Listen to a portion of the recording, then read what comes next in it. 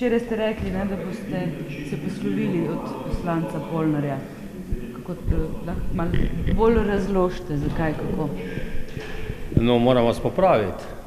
Jaz sem točno povedal, da so zdaj prazniki, da bomo praznovali 3 pomembne praznike, stopili bomo v novo leto, da se pred novim letom v poslanski skupini ne bomo o tem pogovarjali, bomo se pogovarjali po praznikih in upam, da bomo skupaj izoblikovali konkretno stališče tudi o vsem tem, kar se v zadnjem obdobju zgodilo okrog Roberta Polnarja.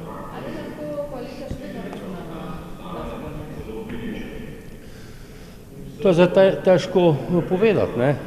Gospod Robert Polnar je nekatere stvari glasoval proti in kako bo on v prihodnosti glasoval, vam zelo težko povem, kajti njega je v nekaterih zadevah zelo težko razumeti.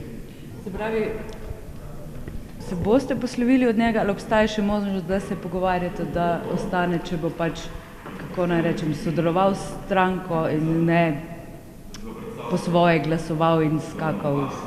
Poglejte, v ustavi on ima to možnost, da glasuje po svoji vesti, v nobenem primeru ga ne moremo od tega pač odvrniti.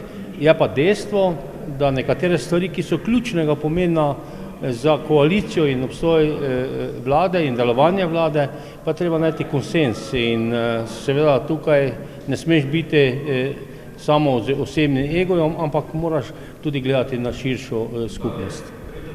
Pa da vas bomo prav razumeli, torej se boste z njim še pogovorili ali pač je vaše stališče Desusa, da mora oditi?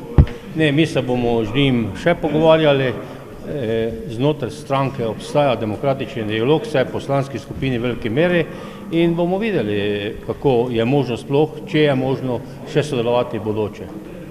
Hvala.